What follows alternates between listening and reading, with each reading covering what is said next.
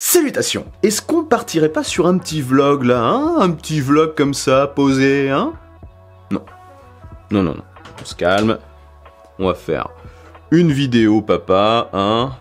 Voilà. Posé. C'est vrai qu'avant j'aimais bien faire des vlogs sur la chaîne.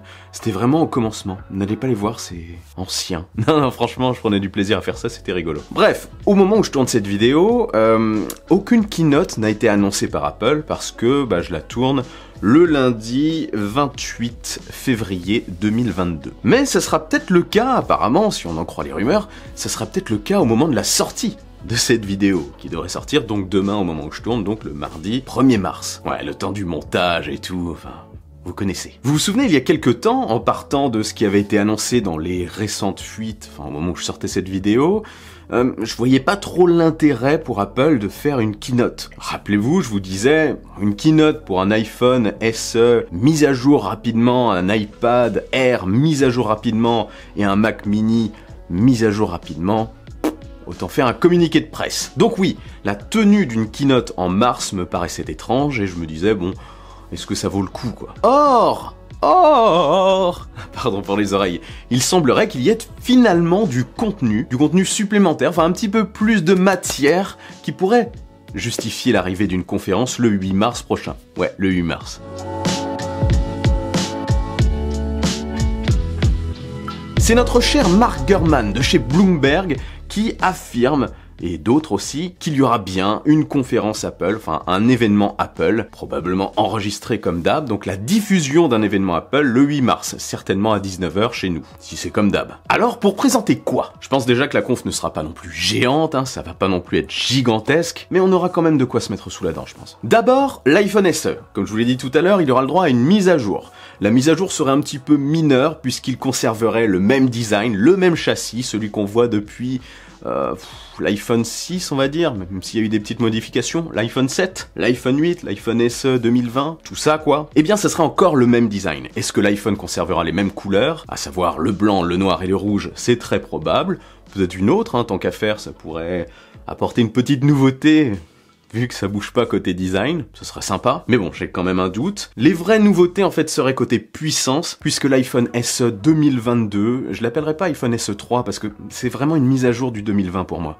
L'iPhone SE 2022 aura le droit au processeur A15, qu'on retrouve sur les iPhone 13, 13 Pro et 13 Pro Max, et aussi le 13 mini, et aussi une puce 5G, ce qui ferait tout simplement de ce modèle l'iPhone 5G le moins cher vendu par Apple. Le moins cher, mais aussi avec une belle longévité, parce que le processeur A15 est tout récent, et ça veut dire que, en termes de mise à jour, il va tenir au moins 4-5 ans, si ce n'est plus, quand on voit un petit peu ce que Apple fait côté mise à jour. Ça va toujours plus loin. Donc, c'est bon aussi pour ça. Je pense qu'Apple, lors de la conférence, va bien insister sur le fait que c'est un iPhone 5G accessible. Un iPhone accessible avec la 5G, quoi. Ils vont sortir des belles allusions à ça, je pense, pendant cet event. L'autre produit nomade qui serait annoncé pendant cet événement, donc un produit tournant sous iPadOS, c'est l'iPad Air. iPad Air édition 2022. Alors, comme pour l'iPhone SE, il se dit qu'il ne changerait pas beaucoup de design, hein, enfin même pas du tout apparemment. Peut-être qu'on peut s'attendre à voir arriver de nouveaux coloris pour apporter encore une fois un peu de peps, de la nouveauté, mais ça se passerait surtout en termes de composants, hein, de ce qu'il aurait sous le capot. On retrouverait donc un processeur A15, une nouvelle caméra frontale ultra grand angle qu'on a vu arriver sur les modèles Pro, qui permet un suivi du visage, enfin un recadrage, pas mal pour les visios ça. Il aurait aussi le droit au processeur A15, attends, je l'ai déjà dit ça. Bref, le processeur A15 des iPhone 13 et iPhone SE, je l'ai déjà dit, je sais plus. Je le redis, processeur A15, voilà, mise à jour. Et la 5G pour le modèle cellulaire. Sinon, on aurait un meilleur flash au dos, à ce qui se dit.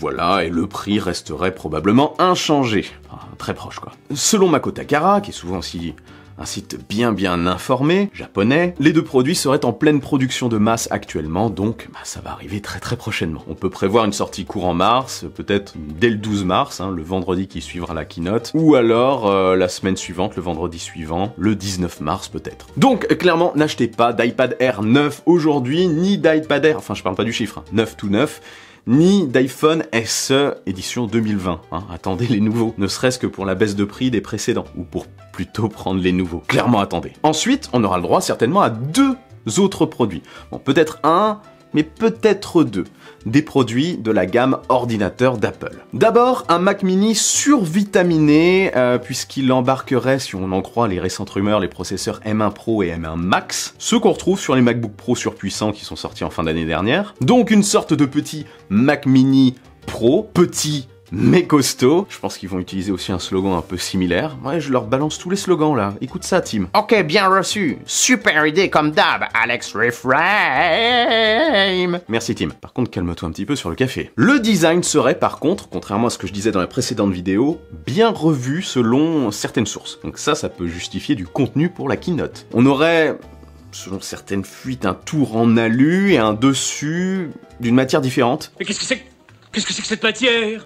Peut-être du verre, peut-être du cristal ou du diamant, non pas du tout, non, peut-être du verre ou du plastique, je ne sais pas, ce qui pourrait permettre d'apporter un design glossy sur le dessus et alu sur le tour. Est-ce que c'est vrai? Je ne sais pas, on va voir ça. Ce qui serait cool, ça serait l'arrivée de plusieurs coloris, comme ce qu'on a vu sur les derniers iMac. Ça serait vraiment sympa aussi. Les iMac de 24 pouces, je les trouve vraiment magnifiques perso, hein. Je sais pas ce que vous en pensez. Et sinon, pour le tarif, eh bien, je n'ai aucune idée du tarif, si ce n'est que les modèles avec M1 Pro et M1 Max coûteront un bon petit bras, hein, un bras, un avant-bras, des doigts, je ne sais pas, tout, un foie, un rein.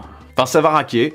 On peut s'attendre à dépasser les 2000 € pour ce produit, hein, ce produit survitaminé. Enfin, pour ça, on va voir. Je ne m'avancerai pas trop. Et le dernier de ces produits présentés serait le MacBook Pro de 13 pouces. Oui, vous avez bien entendu, de 13 pouces. Hein. Parce qu'il y a le MacBook Pro de 14 et de 16 pouces, je sais, qui ont été mis à jour. Nouveau design, plus épais, plus de puissance, M1 Pro, M1 Max, les nouveaux connecteurs, le retour du MagSafe, une encoche, etc. Et bien là, ça ne serait pas le cas. Pas du tout, non. On repartirait sur le châssis du MacBook Pro de 13 pouces, avec le tour d'écran du MacBook Pro de 13 pouces, donc pas d'encoche.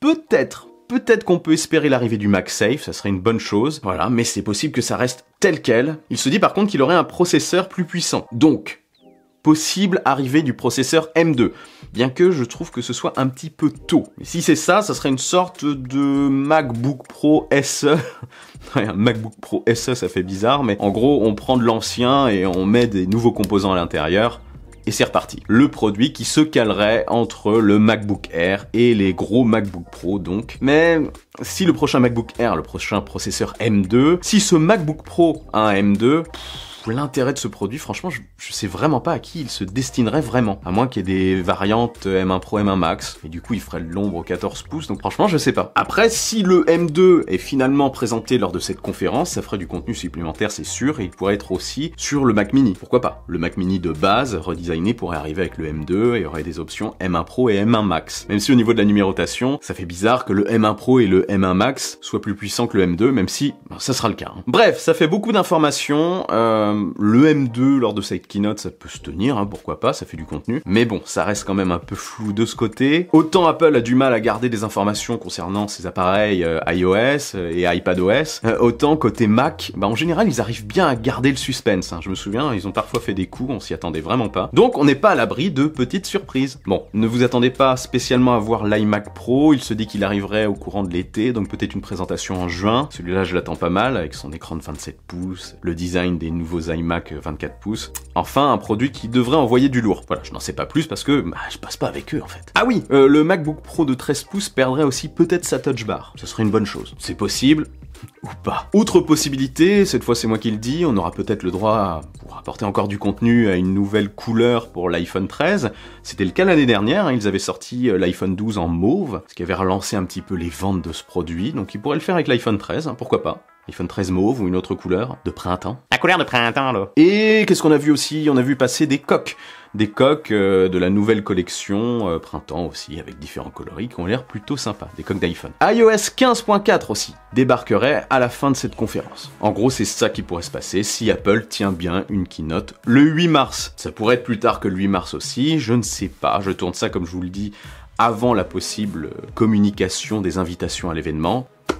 On verra. De votre côté, dites-moi en commentaire quel produit vous attendez le plus dans tout ce que j'ai cité avant, et si vous en attendez en fait, ou pas du tout. Et avant de partir, n'oubliez pas le... Wow, je vais tomber en arrière. Le bon pouce en l'air qui claque. Ouh, l'abonnement qui fait plaisir. Je suis aussi sur les réseaux sociaux, sur Twitter, sur Instagram par exemple. J'y partage très fréquemment des petites stories, des informations sur mes prochaines vidéos et autres petits délires personnels. Bref, vive la technologie, vive le futur et surtout, n'arrêtez jamais de rêver.